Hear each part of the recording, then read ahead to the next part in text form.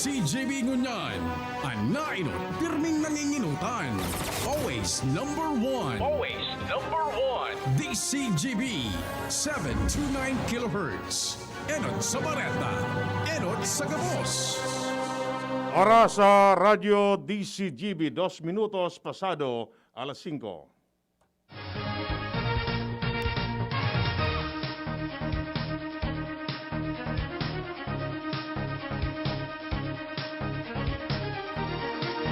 Maray na hapon mga tugang uya po ang mga barata ngunyan para sa aga digdi sa Radyo DZGB. Mga baratang maruluwas sa aga sa mga dyaryo nasyonal. Enot sa PBN DZGB sa mga baratang ngunyan para sa aga. Kami po ang matud kan barata. Ako po si Francia may Borras. Ako mo po si Edwin Peralta. Detalles kan Bareta.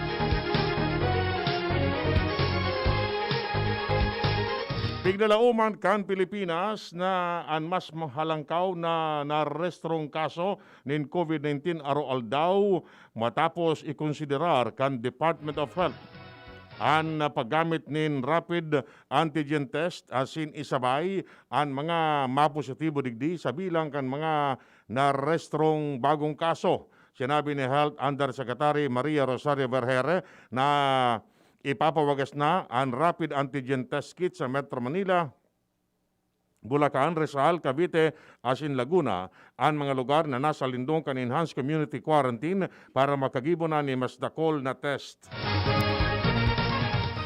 Suminakat na sa maabot 3 milyon ang bilang kan mga nagadan sa bilog na mundo dahil sa Coronavirus Disease 2019 o COVID-19. Base sa pinakahuring listahan kan World Health Organization o WHO, nasa kabilugan na 2,809,000 na ang kabilugan na bilang kan mga nagadan dahil sa COVID-19.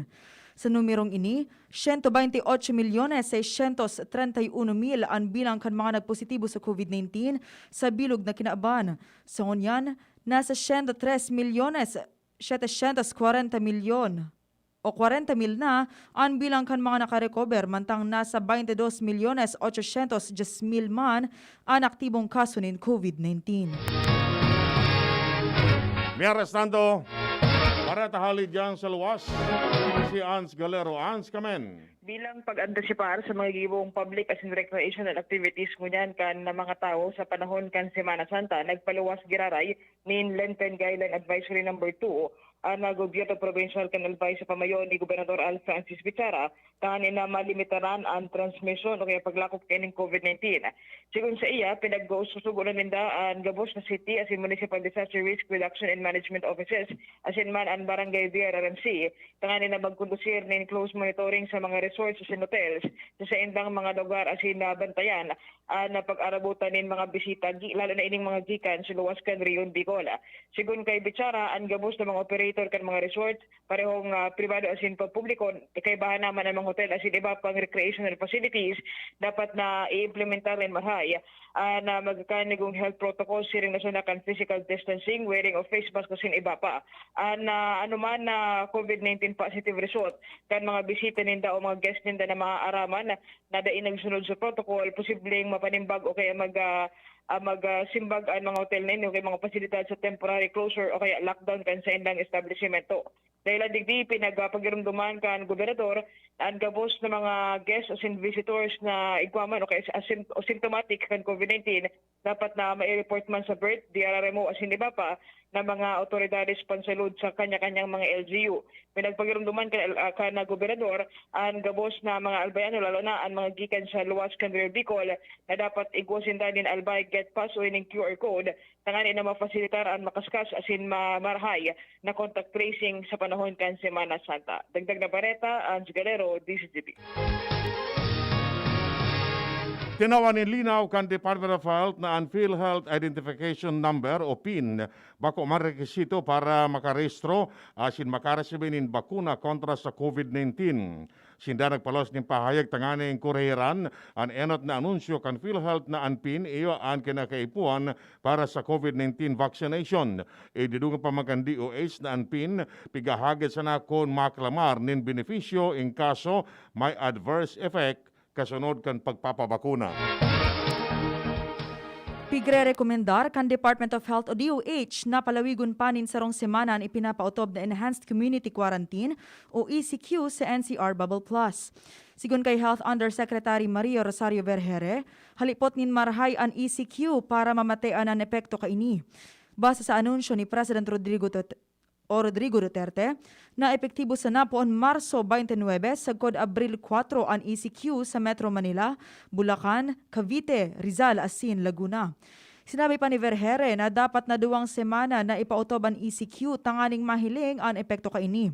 Alagad aminado man si Vergere na dapat matimbang man ang pwedeng maging epekto kaini sa ekonomiya kanasyon.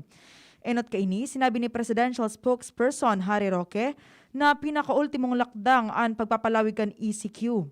Sa ngunyan, nairehistro na sa nasyon ang all-time high na bilang kan aktibong kaso kan COVID-19 na minapakol na sa 124,680 ang pinakahalangkaw na aktibong kaso sa Southeast Asia.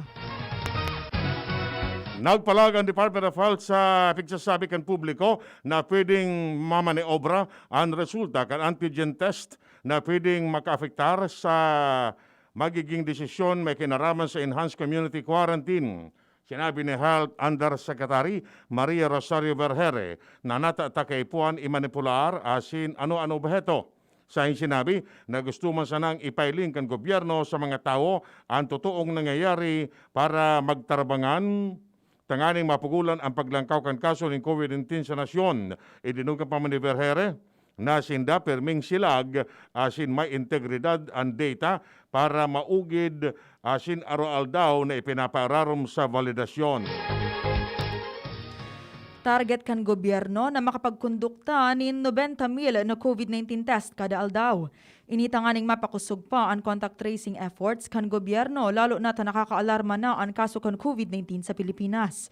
Sigun kay Testing Czar Vaccine Dizon na nasa kadagdagan na 30,000 na COVID test ang gusto nindang gibuhon sa lugar na nakapairarom sa Enhanced Community Quarantine o ECQ. Sinabi niyang kung matrayumpo ninda ining magigibo, mapakol na sa 8,000 sagkod 90,000 ang COVID-19 test na sa indang magigibo kada aldaw. Sinabi ni Sarong UP College of Medicine professor na dingo na maghusgar sa paggamit nin ivermectin bilang bulong sa COVID-19 infection. Dalanta kay puan pa ang mas dakol na data para mapatunayan ang efficacy kaini. Sinabi ni Dr. Jacinto Blas Mantaring kan Clinical Epidemiology Department kan UP College of Medicine na naipamanin mga ebidensya na maswestyon na ang ivermectin iyon epektibong bulong sa COVID-19. Idinungan pa man niya na sa ginibong pag-aaral asin trial sa paggamit ng ivermectin bilang bulong sa COVID-19, ang ginibo na alagad dahil pamanin maski sarong findings na nagluwas na ariglado na ini. Piglinaw ni Vaccine Czar Carlito Galvez Jr. na dai pwedeng magpabakalin bakuna ang pribadong sektor na mapabakalin COVID-19 vaccines. Ini matapos natugotan ni President Rodrigo Duterte ang mga pribadong kumpanya na mag-importanin bakuna at will para madugangan ang supply kanasyon. Sinabi ni Galvez na dai pwedeng ipabakal ang mga bakunang babakalon kan pribadong sektor dahil wala pa ining autorisasyon para sa commercial rollout. Pig-iiwasan man ini dahil igwang bilog na paninimbagan ang gobyerno sa indemnity and kaso magkaigwanin adverse effect hali sa bakuna. Ang mga bakuna, igwasan ng Emergency Use Authorization o EUA kaya dai pwedeng pagdilihensyahan kan mga pribadong kumpanya. Ang Department of Health o DOH, nagtausanin go signal na gamiton ang mga bakuna kung ang mga vaccine manufacturers matatawan nin EUA kan Food and Drug Administration o FDA. Pinatanida ni Presidente Rodrigo Duterte ang mga opisyalis kan barangay na mamumulitika sa distribusyon ng ayuda sa mga lugar na nasa Enhanced Community Quarantine dalan sa langkaw na kaso ng COVID-19. Sinabi ni Presidential Spokesman Harry Roque na abu ni Duterte na maotro ang anomalya sa distribusyon kan Social Amelioration Program sa kakasugan kan na pandemya kung saan kadakol ang nagreklamo dalan tadain na kasabay sa listahan kan mga beneficiaryo. Idinugan pa man niya na ipapakulong ni Duterte ang mga opisyales kan barangay na mamumulitika. Pwede nang magpatudok nin primerong dose kan COVID-19 vaccines ang mga senior citizens as in persons with comorbidities. Sigun kay Vaccine Czar Carlito Galvez Jr., pwede nang isabay ang pagpapabakuna sa mga seniors as in persons with comorbidities sa nagpapadagos na immunization sa healthcare workers sa Abril 1. Kamautan kaini na mas dakol na tawo ang mabakunahan tanganing makaskas na maabot ang herd immunity. Importante man na maproteheran sinda tulos kontra sa helang. Pinaboran man kan medical experts kan Interagency Task Force o IATF, National Task Force Against COVID-19 as in National Immunization Technical Advisory Group o NITAG as in kan pribadong sektor on simultaneous vaccination sa A1 sa good A3. Kabilugan na 3.4 milyon na bakuna ang kaipuhan para mabakunahan ang 1.7 milyon na frontline health workers sagkod sa katapusan kan Abril. Nasa 9.4 milyon vaccines ang kaipuhan para sa pagbakuna kan senior citizens as in 14 milyon na doses na itatagama man sa mga persons with comorbidities. Ang pagbakuna sa general public pwedeng mapuunan sa bulanin Mayo pag natapos na ang vaccination sa priority sectors kasabay kan pag-abot kan vaccine supply sa nasyon. Sinabi kan Commission on Higher Education na unlimitadong face-to-face classes na enot ng tinugutan tulos na pupundohon kung maski sarong estudyante sana ang ma-infect kan COVID-19. Sinabi ni CHED Chair Prospero de Vera na ang giya kay ni na kung may magpositibo sa mga estudyantes, automatic na pupundohon ang limited face-to-face classes. Sa sinabi na nanotara na igwang mga eskwelahan na nagpuuna nin limited face-to-face classes alagad dahil pa man ni nanotara na ulakit kan virus sa mga estudyantes kani. Sa tanawan ni doon na kung talagang susunodon ang giya, magiging ligtas ang mga estudyantes. Naghahanap na nin paagi si Vice President Leni Robredo para makumbinsir ang publiko na magpa-COVID test. Ini may kinaaraman kan piglansar na swab cab project kan Office of the Vice President kung saan libre makapagkondukta nin antigen test sa mga lugar na pigkokonsiderar na high risk sa COVID-19. Sigun kay Robredo, nasa 500 sanaan sa indang na itest hali sa target na 1,500 dahil nagsasayuma ang nagkapira sa mga residentes na magsairarom sa COVID-19 testing. Sinabi niyang kadaklan sa mga nagsasayuma, iyo ang takot sa posibleng maging resulta kan testing dahil takot ang mga residentes na ma-isolate asin daay makapagtrabaho. Dahilan digdi, pig-aadalan na kan OVP ang paagi para makapagtaon ng insentibo sa mga magpapairarom sa antigen test dahil nakakaalarma ang pagduda kan publiko sa COVID-19 test. Sinabi ni Robredo na kung magpapadagos ang takot kan publiko sa pagpapatest, madidifisilan ang gobyerno na mapugulan ang paglakop kan COVID-19 dahil sa mantenidong undetected ang mga carrier nin virus. Sa ngunyan, pig-anunsyo kan Department of Health na isabay naman kan ahensya ang resulta kan antigen test sa opisyal na numero kan kaso nin COVID-19 sa nasyon. Yan mga tugang ang detalyes kay mga Bareta ngunyan para sa agadigdi sa Radio DZGB. Sa pangaran kan mga pagariba, Manito Tanyas asin Ronald Baldo Salado Technical. Kami po ang nagatod kan Bareta. Ako po si Francia May Borras. Ako mo po si Edwin Peralta nagsasabing mabalos kan sa inong pagantabay.